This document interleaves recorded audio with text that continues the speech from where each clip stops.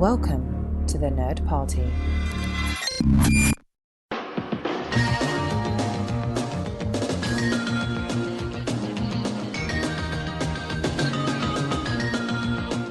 Welcome to Great Shot Kid, the podcast on the Nerd Party Network that is focused on the work of Star Wars creators both inside and outside the Star Wars galaxy. I'm John. And I'm Mike. And this week we are going to be giving you our take on the Lucasfilm production, Red Tails, focused on the Tuskegee Airmen who saw combat in World War II. The tagline for this film when it came out was "Courage has no color." And it is a film that is very much close to Lucas's heart. As we know, he talked about making this film, I believe, all the way back in the 70s or early 80s, if I'm correct. Yeah, well, I think I read somewhere that he was trying as early as 1988, but I think it's quite possible that he was trying even further back than that. I think it was probably one of those ideas that had been kicking around in his head for a very, very long time.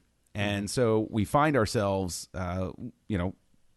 post Star Wars, Lucas looking for, round out finally the collection of films that he's wanted to do for some time, and Red Tails is there. And so the story by Lucas, executive produced by Lucas. And Mike, do you want to give sort of a rundown of who's in the? I mean, I think honestly even more than the not more than, but almost equal to the subject matter is, I mean, this cast is crazy, insane, chock full of big stars, like people who, even if they weren't big stars then, are big stars now, like household names. Yeah, I mean, you've got, Cuba Gooding Jr., Terrence Howard. I mean, they were probably the two biggest names at the time, but also David Oyelowo, Callus. Yes, Callus from Star Wars Rebels. Or and also, he also played Martin Luther King in Selma. I mean, there's that too. Yeah.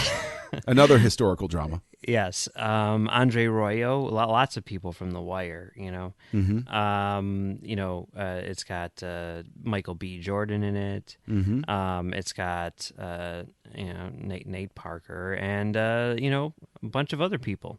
Bryan Cranston's in it. Bryan Cranston, yeah, he shows up. It's pretty crazy. It is a pretty epic cast for sure. And so with this epic cast, they tackle the topic of the black pilots who were flying in World War II, who were frustrated by the fact that racism was in fact keeping them out of the fight. Yeah. And so we find ourselves focused on this squadron, and they are desperate to enter into battle. They are desperate to fight for their country, to prove that they love their country, to prove that they are just as good as anybody else and that they don't want to be excluded, even in this noble task. And so, have you seen Red Tails before this? Yeah, I saw it when it came out. I was, Oh, so you actually saw it in the theater? Yeah, I did. Okay. It was one of those things where, just like Radioland Murders, this was one of the first things that I saw, listed in that one of those early Lucasfilm fan club magazines, and they were talking about how this was a movie which, was going to be going into production soon. 20 years later, here it is, and I'm like, I've been waiting my whole life for this, like literally. So, I definitely, saw it as soon as I possibly could. So what was your impression then, and compare that to your impression now? I liked it a lot. It's one of those things where, and I mean, I guess we can talk about this a bit more later. Like, tell me if this sounds familiar. George Lucas said at the time that he had this vision for Red Tails, and after sort of breaking the story, he realized that it was too big to fit into one movie. So he decided to split it into 3 movies, and he decided that the best way to go about it was to start with part 2. And that's what Red Tails is. I cannot believe, like, he said that in interviews, right? And I'm like, he's kidding, right?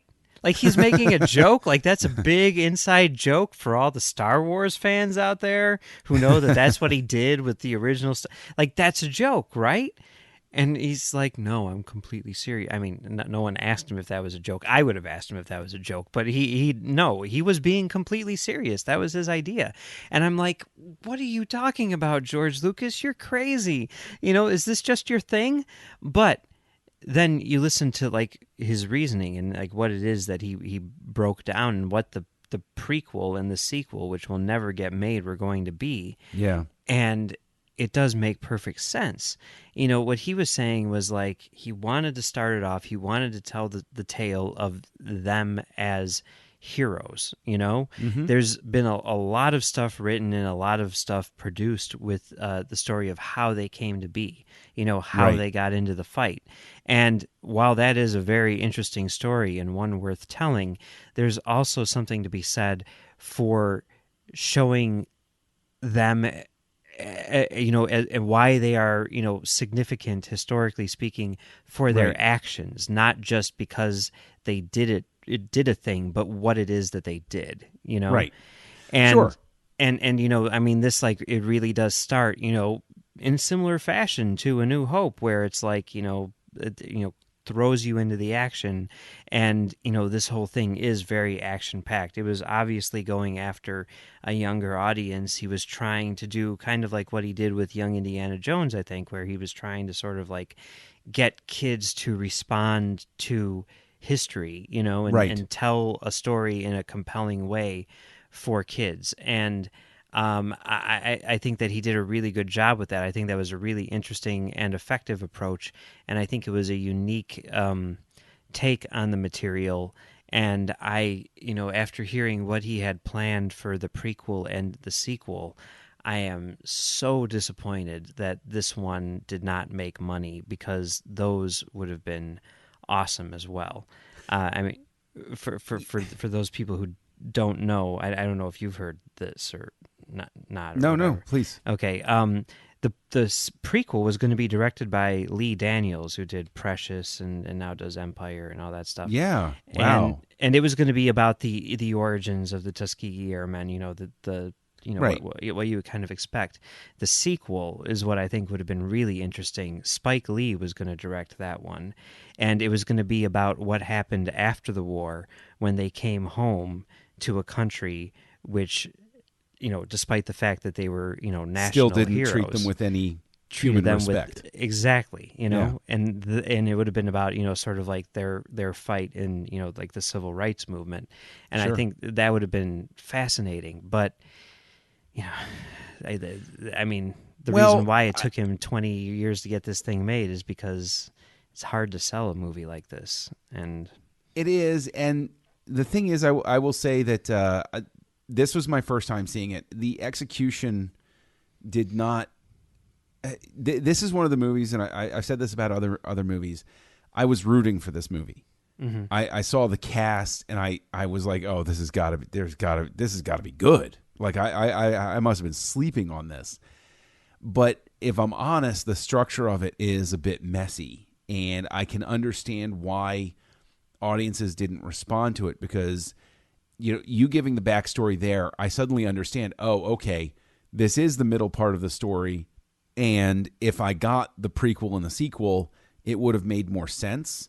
But at the same time, I guess this existed in a time before the connected universe franchise machine or something. I don't know, because if you give me Captain America, the first one, the first Avenger, and my response to it is lukewarm, but you said, but don't worry, this plugs in and it's going to give you Avengers, that's one thing. If you had just released Captain America, the first Avenger, I walk out of it, I'm like, I don't know if I'm going to see another Captain America movie. This sort of, yeah, okay, Yeah. sure. And so I think that maybe that works against this here, is that maybe the expectation was that this was going to be its own self-contained thing. Like if I think of it in terms of I would have gotten more story before and after, okay, this works better in my brain. But such as it is, it doesn't. I don't think that it ever gels at any point. I think that the fighter sequences are wonderful. They're spectacular. I think that they're well directed. I think that they're well edited. I think that they're gripping. I think that it's when the film really comes alive. But then there are other points when they are not fighting where it jumps back and forth, or a character suddenly makes a leap and suddenly they're talking about, the character's, history or something like that. And it just doesn't, it comes sometimes out of left field and it doesn't feel organic, for lack of a better term. And so that, for me, the movie comes across very, it hits very flat for me while I'm watching it, because I'm enjoying the jet fighter stuff, but, well, not jet, I'm enjoying the fighter plane stuff, but then it gets to the back on the base and I'm kind of like, can we get back to the planes? Yeah, I mean, I can kind of see that. I mean, speaking to the point that you made earlier, if like maybe you would have appreciated it more if you knew that it was part of a trilogy or whatever. I mean, in essence, I mean, to back up your opinion of the movie, that kind of doesn't matter, because as it stands, there is no, part 1 or part 3. Right. All that we have is part 2, and that's all that's going to exist, and, that's kind of what you have to base your opinion on, because that's all that we have, I mean, just hearing that, though, I wish that, there could have easily been, probably not easily, but I would have been so intrigued with the idea of, you want to make these 3 movies and you have 3 different directors for them. Okay, shoot all 3 of them simultaneously with different production crews. Well, the problem is the money. This movie, it only cost $58 million, which is cheap. Which I guess you can get away with when you own the visual effects company. Whatever. You can get a discount when you own the machine. Yes. Still, it only made $48 million. Right. And I remember, like, when it came out, everyone was talking like, "There's no market for this." The studio is like, "How do we promote this to kids?" Because kids don't want to see a movie about World War II. And it's one of those things where, like, kids see it. Like, I remember at the time it came out, and there was all this stuff about how, like, they were showing it to, like, there was some team that was, like, in the March Madness, NCAA tournament, and like they showed it to them before, like, one of their games or whatever, and it, like, completely pumped them up, and everything. And the people who saw it, I think, well, I was going to say the people who saw it loved it. I mean, that's the impression that I get. Although you look at, like, Rotten Tomatoes, and it's only got a 41%. I mean, it was not a critically acclaimed movie by any stretch of the imagination. Yeah. I don't really understand that. I mean, like, I don't necessarily agree with your criticisms about it jumping around and stuff like that. I do think that it has a bit of prequelitis in some cases in terms of, like, dialogue and the action and stuff. And, I'm willing to forgive that most of the time, because the other stuff I think is strong enough. But yeah, it's weird. It's a weird thing. It's hard to market, and that's why it took so long. That's why they couldn't make the other 2 movies. I find it intriguing that you call it prequelitis, considering the fact that the script was not done by Lucas. The story was by Lucas, but the script was done by somebody else, and it was directed by somebody else. Yeah. It's I don't know whether it's the dialogue or what, and also I'm wondering how much of it was ADR'd, because most of these things occurred with people wearing masks while they're in planes. But there's a lot of like, look at those pilots over there.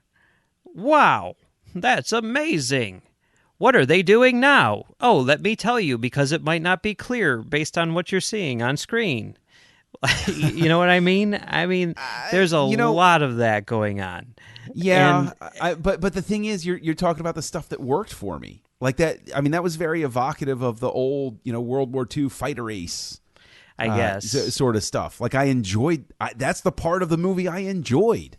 It was the stuff on the ground where it was like it would gear shift suddenly in the span of one scene. It would be like, I'm talking about the fact that you're an alcoholic and you can't drink when you're going up to fly. Ha ha, zany madcap thing just happened too. Now let's go fly and fight. I'm like, What? I don't know how I'm supposed to feel right now. I guess I didn't really have a problem with that so much. I mean, that is kind of Lucasy too, in terms of, rather choppy, editing, in terms of like, cutting out all of the sort of like connective tissue.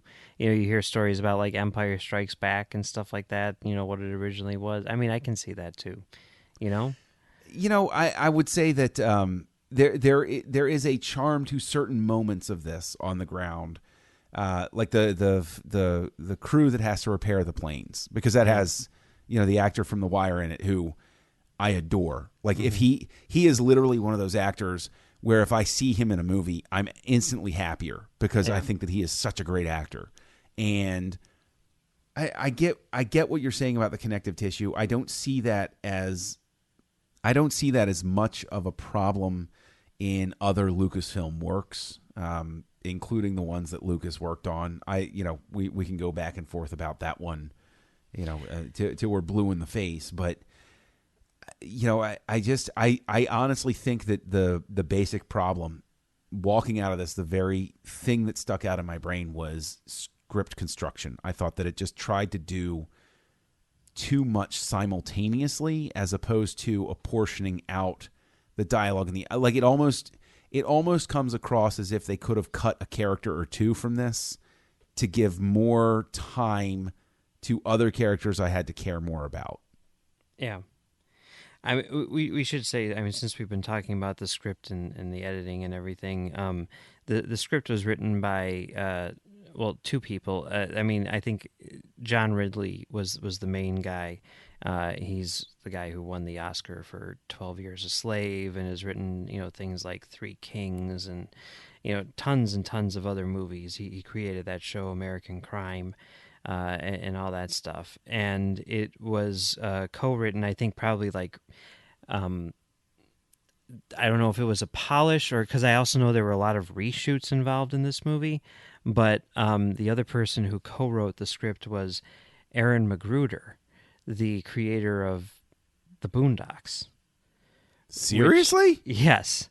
Which is also really interesting because, like, Aaron Magruder was exceptionally harsh when it came to his criticism of the prequels. Yes, he was. And, they talked about that because, obviously in interviews and stuff, people brought that up. Like, so how did that go? Did you talk to Lucas about the prequels? And he's like, it didn't come up.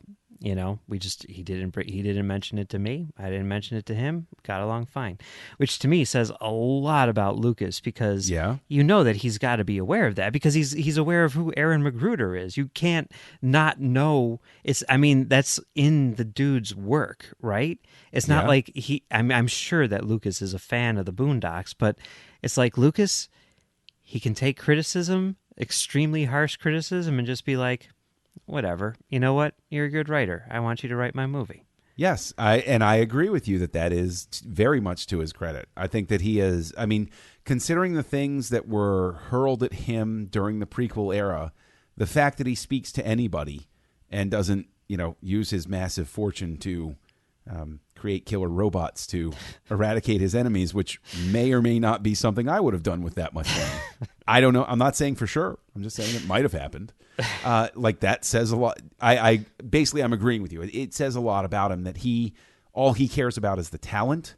Yeah. He doesn't care what you think because, there's also, very famously, Liam Neeson was extremely harsh of the prequels himself at a couple of turns. And, that didn't damage anything so far as I know. It's like, I remember specifically, I don't think it was Neeson, but somebody asked Lucas at one point about some criticism that an actor he had worked with gave about his work. And he said, person's entitled to their opinion. Okay. Yeah. And he was just like, whatever, I do my thing. And if they don't like it, that's fine. I don't care. Yeah. Yeah. But that's who was writing the script, and it was directed by Anthony Hemingway, who did a lot of work on The Wire and Battlestar Galactica and everything, and it is interesting that when it came time to do the reshoots, Hemingway was unavailable. due to like a scheduling conflict. So Lucas directed the reshoots himself. I did not know that. Yeah. I did not know that. Have they identified which parts of the film he was responsible for directing? Not that I'm aware of. No. I'd be Because very curious about that. Yeah. But I do really feel like it was a case of sort of, it feels like very much like a sort of a Jedi scenario. Like if you look at the credits involved and everything, I mean, the fact that there were reshoots that Lucas did himself, I think that those were brought on by Lucas.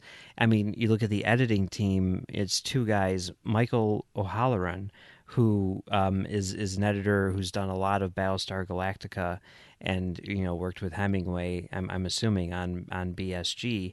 Obviously that's a good choice because dogfights all over that thing, right? Yeah, that's true. And then the other editor was Ben Burt, who's obviously Lucas's guy In-house. Yeah. But it's really interesting, and I think that it's also really cool, that Lucas sort of made a point of hiring as many black crew members as he could. The writers, the director, Terrence Right. Blanchard did the music and everything like that, because I think he went on record saying this, like you obviously need that perspective, in order to tell this story. And Yeah, and it actually that reminds me of very interesting because it was somewhat controversial, believe it or not, back when Spike Lee directed the Malcolm X biopic. Mm-hmm. That there was originally somebody else attached to it. I struggle to remember the name. I want to say Norman Jewison, but I don't know for sure. That sounds about right. Whether or not but that's he true, left, I totally believe that. Yeah. And one of the things was Spike Lee was in the press saying that a black director should direct this movie in specific because they're bringing a perspective that somebody who isn't going to get. And I remember very specifically that was a controversial statement at the time. And I remember when Lee got questioned about it one time, his response was, I thought, very elegant, because he said, basically, and I'm paraphrasing here, he said back to the person questioning him, do you like The Godfather? And the person was like, yeah, it's a classic. And he's like, do you think that maybe Coppola, being of Italian-American heritage, brought something to that somebody else might not have?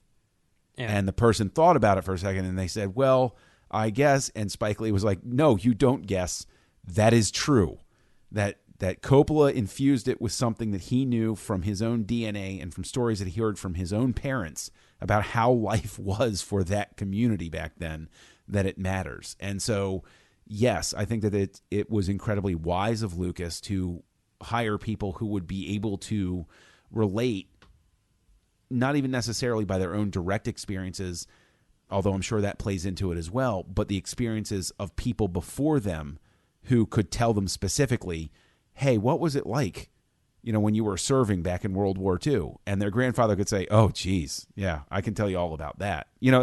So yes, I think that is an important thing, especially considering the fact that I know that at one point when he was writing the original Star Wars, one of his considerations was to make the entire hero cast, the primary leads at least, black. That was one of the ways he was going to go with the movie.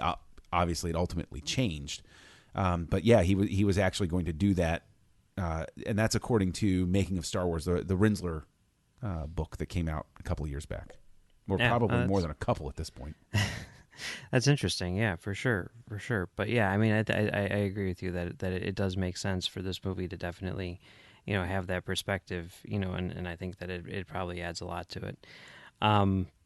So yeah, I mean, I don't know. It's weird that there was such.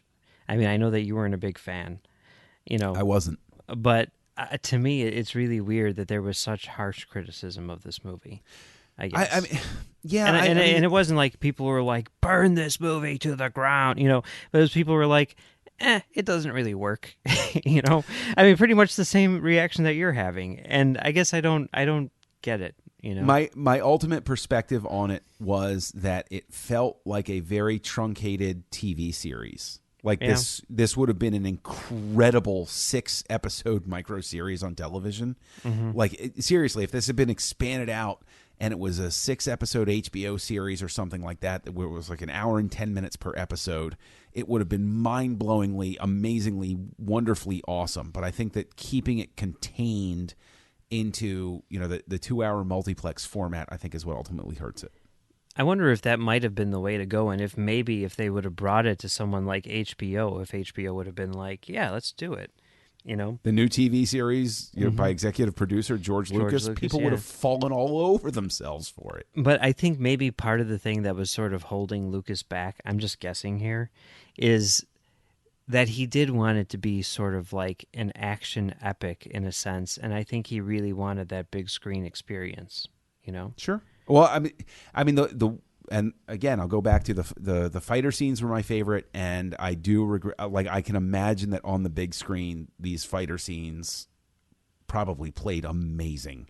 Yeah, absolutely cool. Amazing. There was some great camera angle and effects work that went into those, and I thought that the editing during those scenes, when the German fighters are coming in and attacking the bombers and everything, it's incredibly clear what's going on. It's so easy on those big, epic, fighters attacking bombers and fighters chasing the fighters that are attacking the bombers. So and it just becomes this big chaotic mess.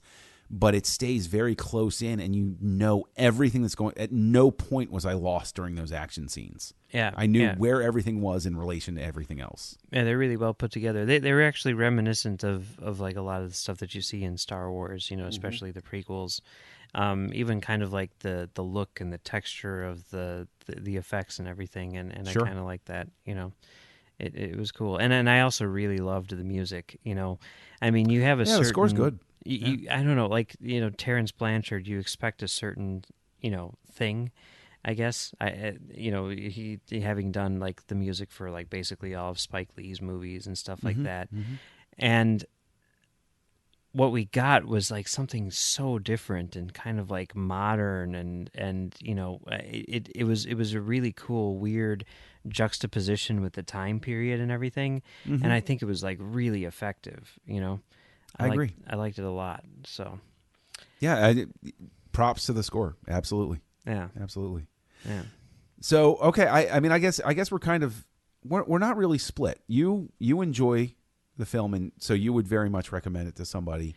And I would say that while I wasn't nuts about it, I wouldn't push somebody away from it. Somebody might have a more positive reaction than I did overall, but I mean, at the very least, if you're going to rent this, and this is so reductive, but at the very least, the fighter scenes are amazing and worth watching. Yeah. So, and I think that's worth an evening of your time in and of itself. Yeah. I mean, I thought it was very entertaining, but then also very informative. And I think that it is kind of cool how it sort of takes a look at these people as opposed to sort of like the story of like how they came to be as a group and everything like that. It was more about them as individuals, as soldiers, really, as fighter pilots, and that I think was really cool. Yeah. Well, thank you everybody for taking this journey with us as we looked at Red Tails from Lucasfilm. We very much appreciate your time here, and if you want to interact with the show, you can go ahead and you can reach out to us at thenerdparty.com/contact. Look up Great Shot Kid. You can send us an email through that page. You can, of course, reach out to us over on the Nerd Party Facebook page at facebook.com/thenerdparty. And you can go ahead and, if you like what you're hearing, go on over to iTunes and let the world know, because it helps other people find this show. And so you can go over to iTunes, look up Great Shot Kid, and drop off your review. What do you think of the show? Let us know. And so that's where they can reach us on all of the official channels. And Mike, where can they reach you online? Well, you can find me on Twitter at Mumbles3K, or you can find me on TalkFilmSociety.com, where I do a show called Soderbergh 2828, where we look at all of Steven Soderbergh's movies. And you can also find me on my website, CommentaryTrackStars.com, where I do a show called Commentary Track Stars. And you can find me on Trek.fm doing a show called Stage 9, where we look at the creators of Star Trek with John. Oh, yes, with me. And actually, just this week, we looked at Harry Potter and the Chamber of Secrets. What did we think? Listen to Stage 9 to find out. You can also find me here on the Nerd Party Network co-hosting Aggressive Negotiations, a Star Wars podcast with Matthew Rushing. And you can find me co-hosting Words with Nerds, a freeform podcast with my pal Craig. And if you look for Kessel Junkie, if you go out and it's really quiet and you don't scare him into his little hutch, you might see Kessel Junkie running around somewhere out there on the internet. So thank you for joining us with Red Tails. Come back next week and join us for a look at the work of the future young Han Solo, Alden Ehrenreich, in Hail Caesar.